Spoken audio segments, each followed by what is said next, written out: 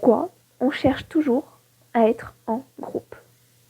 Parce que depuis qu'on est petit, on nous a appris une seule chose. C'est que être seul, c'est être bizarre. Je me rappelle à l'école primaire, je voulais parler avec un garçon qui était tout seul. Et ma copine m'a dit non, parce que soit il méritait d'être seul, soit qu'il y a une vraie raison pour laquelle les gens l'ont abandonné et qu'il est seul. Et sur le moment, ça m'avait complètement choquée. Mais si on regarde de plus près, dans les films, à l'école et sur les réseaux sociaux, si t'es seul, c'est que soit t'es un loser, soit t'es quelqu'un de chelou. Mais d'où ça vient et pourquoi on pense comme ça?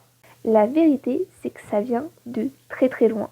Et bonjour tout le monde, moi c'est Elistar et bienvenue sur ma chaîne YouTube.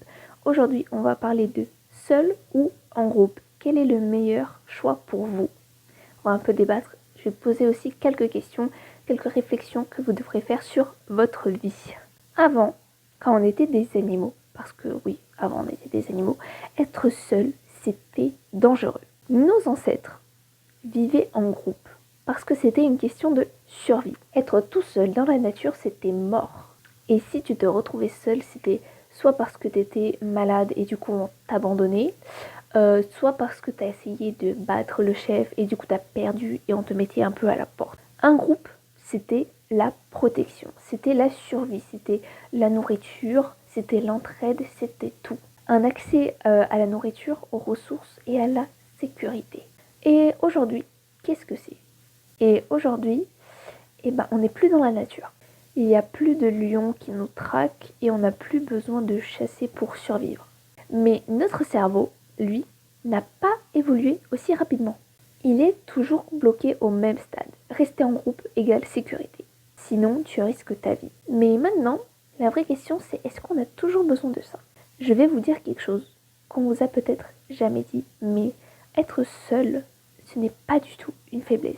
C'est même une force. Parce que quand tu es seul, tu penses par toi-même, il n'y a personne qui peut t'influencer sur tes choix. Tu te construis, tu apprends à te connaître, tu te découvres, tu apprends à ce que tu aimes vraiment.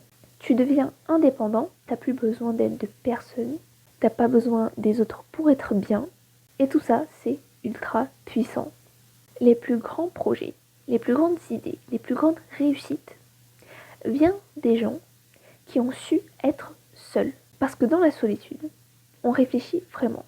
On comprend vraiment ce qu'on veut, où on veut aller. Mais attendez, si être seul, c'est bien, pourquoi on cherche toujours à être en groupe alors? Faire partie d'un groupe, c'est pas forcément mauvais. Quand ça va mal, les personnes qui sont autour de toi vont pouvoir te soutenir. Les meilleurs souvenirs, ça vient souvent d'un groupe et c'est souvent à plusieurs.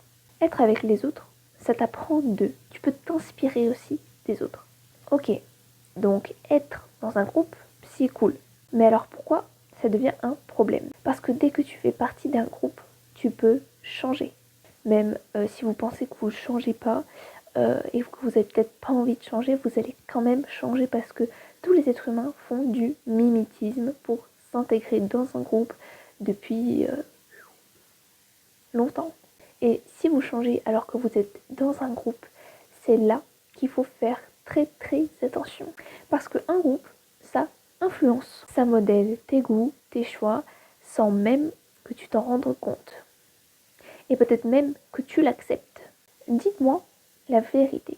Est-ce que vous écoutez la même musique que les personnes dans votre groupe? Même si vous aimez pas trop, bon, il faut s'intégrer. Est-ce que vous avez déjà eu cette pensée? Est-ce que tu t'habilles comme eux, histoire de ne pas trop sortir du lot? Est-ce que tu dis ou fais des choses juste pour être accepté? Si la réponse est oui, alors pose-toi cette question. Est-ce que c'est vraiment moi ou juste une version modifiée pour plaire aux autres? Et tout ça, ça va encore plus loin. Dans un groupe, tout le monde juge tout le monde. On critique tous ceux qui sont différents. On compare, on rabaisse, on se valorise bien sûr. On cherche à être le meilleur. Mais si tu prends ces mêmes personnes seules, il en reste pas grand-chose. Elles sont complètement différentes. Le mec qui se moque des autres, seul, il est peut-être quelqu'un quelqu'un de très gentil. La fille qui se sent supérieure, seule, elle doute d'elle-même. Parce que quand on est dans un groupe, on joue un rôle. En parlant des gens et de la critique, je vais faire une petite parenthèse, on va revenir sur ça juste après.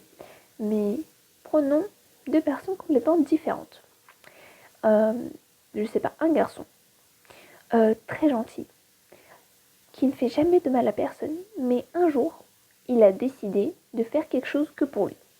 Ce garçon a toujours donné tout, mais aujourd'hui, il prend quelque chose pour lui.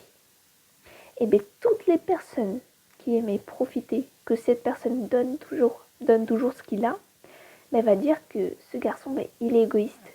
Il a toujours donné, mais aujourd'hui, il est égoïste parce qu'il n'a pas donné une fois.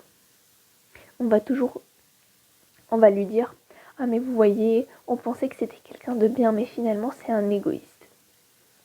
Bon, ça c'est le premier cas. Et le deuxième cas, on va prendre une fille. C'est une fille très radine, qui donne jamais rien, qui ne partage jamais rien, qui garde toujours tout pour elle. Et une fois, elle a décidé de donner, de partager. Ben, qu'est-ce qu'on va dire sur elle? Ah ben, vous voyez, finalement, c'est quelqu'un de bien. Et je vous laisserai méditer sur ces deux cas. On reviendra sur ça après. Donc, pourquoi on a peur d'être seul? Est-ce qu'on a peur d'être rejeté?